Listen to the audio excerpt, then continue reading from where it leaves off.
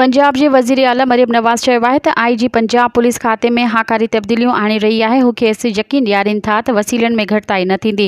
जेके बजट खपे पंजाब हुकूमत फ़राहम कंदी। इहो वक़्तु परे नाहे जॾहिं पुलिस ते लॻल दाग़ हू धोईंदा। उहो वक़्तु बि परे नाहे जॾहिं माण्हू घरनि में सुकून जी निंड सुम्हंदा। लाहौर जे बेदियान ट्रेनिंग सेंटर में एलियट फोर्स पंजाब जी पासिंग आउट परेड तक़रीब थी, जंहिंमें वज़ीर आला मरियम नवाज़ ख़ासि महिमान तौरु शिरकत कई। तक़रीब में सूबाई काबीना जे मेंबरनि ऐं IG पंजाब बि शिरकत कई। जॾहिं त पंजाब जे वज़ीर आला मरियम नवाज़ परेड जो मुआइनो बि कयो। तक़रीब खे ख़िताब कंदे मरियम नवाज़ चयो त पासिंग आउट परेड में शिरकत करे जेतिरी पास आउट थींदड़नि जे घरवारनि खे ख़ुशी थी रही आहे, ओतिरी ख़ुशी खेसि बि थी रही आहे। संदसि चवणु हो त पास आउट थींदड़नि में औरतूं बि शामिल आहिनि। हीअ वर्दी नाहे, क़ौमी ख़िदमत आहे जेका कुझु क़ौम जे पुटनि न्याणियुनि जे नसीब में ईंदी आहे। वर्दी एज़ाज़ सां गॾोगॾु वॾो इम्तिहान बि आहे। मज़ीद ख़बरनि ऐं तफ़सीलात लाइ विज़िट कयो असांजी वेबसाइट www.awamiNewsHD.com ऐं ॾिसंदा रहो अवामी न्यूज़ HD।